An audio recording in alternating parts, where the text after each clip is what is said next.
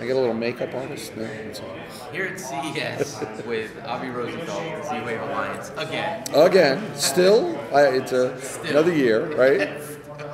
So what's new with the Alliance? What's new with the Alliance? Absolutely. So first, I got to say, 2024 was an incredible year for us. Membership is up, certified devices are up, the technology is improved. Since becoming an SDO, we've done a lot to evolve things along, and so 2024 was definitely a solid year for us. Looking at 2025, we've got really three big initiatives.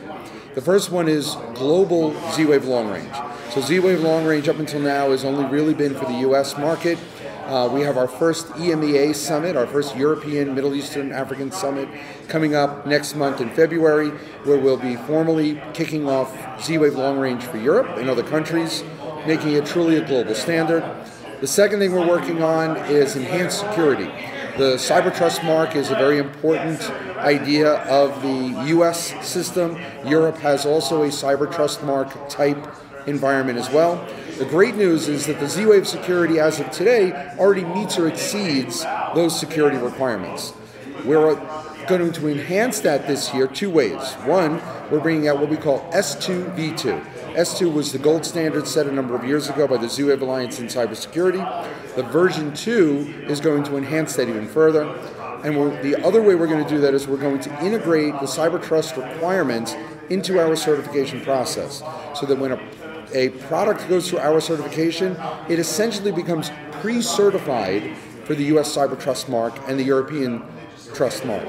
And so that's going to make it much easier for our members to be able to get through what can be some complicated things. Well, I was going to ask you, what goes into getting the Cyber Trust mark? So there's multiple layers of testing and there's multiple layers of approvals that have to be done. So if you know anything about Cyber Trust, it's the nutritional label of the security of a device.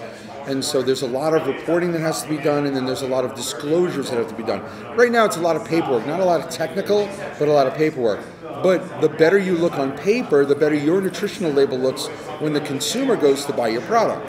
And so the ultimate goal is to make sure that you've got the right amount of protein, low calories, low fat, in your cyber program, to make sure that when the consumer looks at your label, they feel trustworthy of your product. And then the third thing that we're working on are battery-less technologies. So Z-Wave is embracing the idea of energy harvesting. We partner with a company that is helping us integrate the right software into the standard so that companies will be able to design and develop sensors that don't require a battery.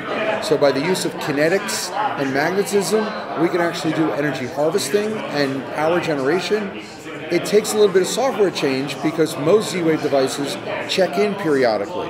But with an energy harvesting device, weeks or months could go by before a device checks in.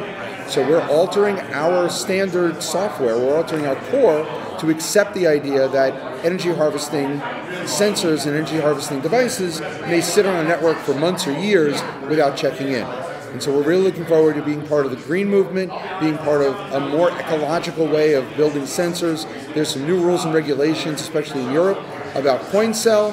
And so we're trying to give our manufacturers and our members the best way to be able to design products to meet those new needs. So, what is the most, to me, I feel like the most viable technology for energy harvesting is smart locks. Yep. Do you agree? Smart locks, push buttons, light switches, what we call lick and stick light switches, where you want to put a scene controller on a wall, push a button, set a dial, send out a signal. The other really nice thing about the one that we're developing is we will have no degradation in bandwidth, and we will have no degradation in range. Our energy harvesting devices will be full bandwidth, full range. I guess the one thing is, like, it takes a certain amount of power to do a PIR or a sensor. Yes. It takes a whole shit ton more power right. to do a Yale smart lock. Yes. It's like 6 batteries. 6 batteries. But if you think about it, there's a lot of motion in the turn of that handle. And so because you're able to gather a lot of energy in the turn of that handle, and we're working with a company that's got a very effective charging circuit, we're excited about the prospect of being able to do full stack, full range, full bandwidth Z-Wave without a battery. We did a feature on WePower last year. That's our partner. WePower is our partner. Yep. So yeah, definitely check out the video from last year on WePower. Yep. And you can see the solenoid thing in exactly. Yeah, uses a Gaussian magnet. It's very cool. Thanks so much, Alvin. Pleasure. Thanks.